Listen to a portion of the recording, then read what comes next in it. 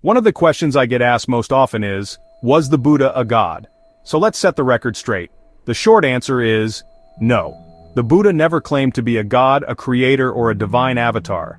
He called himself a fully enlightened human being, someone who awakened to the deepest truths of existence, not by magic or miracle, but by his own insight and effort.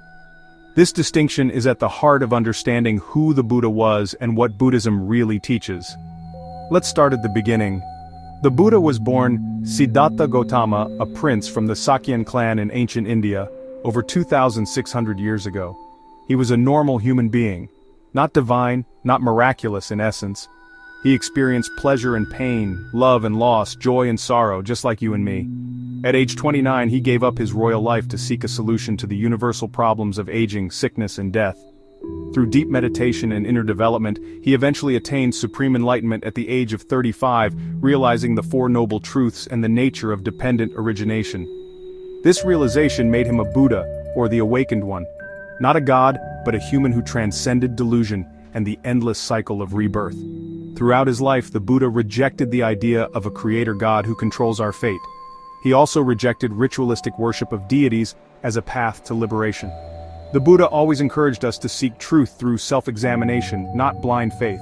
He famously said in the Dhammapada, "By oneself is evil done, by oneself is one purified. Purity and impurity depend on oneself. No one can purify another."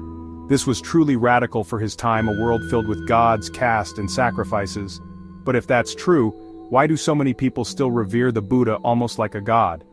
In many Buddhist cultures, the Buddha is honored with temples, statues, chanting, and offerings, but this isn't worship in the way you might pray to a god for blessings or favors. Buddhists don't believe the Buddha answers prayers or controls the world. Instead, they honor his virtues, compassion, wisdom, purity, fearlessness, to inspire their own practice. It's like respecting a great teacher or role model.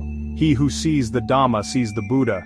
Once, a Brahmin named Dona approached the Buddha, awestruck by his calm presence. He asked, "Are you a god?" "No," replied the Buddha. "Are you an angel?" "No." "A spirit?" "No." "Then what are you?" The Buddha answered, "I am one who is awake, a Buddha." This is unique among world religions. The Buddha never elevated himself above humanity, and he never limited his wisdom to just a chosen few.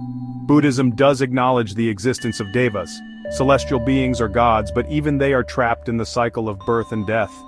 Even gods are impermanent, subject to karma, and must seek liberation, just like us. In fact, many Buddhist stories have devas coming to listen to the Buddha's teachings, honoring him as a teacher who has gone beyond all realms, not as a god, but as one who is truly awake. What sets the Buddha apart isn't divine power, but the power of human potential. He attained enlightenment through his own effort, and he taught that each of us can do the same. He never asked for worship, only for practice. In Buddhism, responsibility and freedom are ours to claim. So who was the Buddha? He was a man, born, aged, sickened, and died. But through discipline, insight, and boundless compassion, he became the ultimate refuge for those lost in delusion.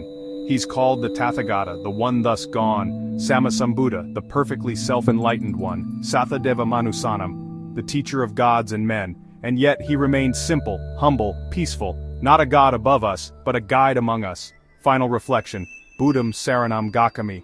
To the Buddha I go for refuge, not to worship, but to awaken.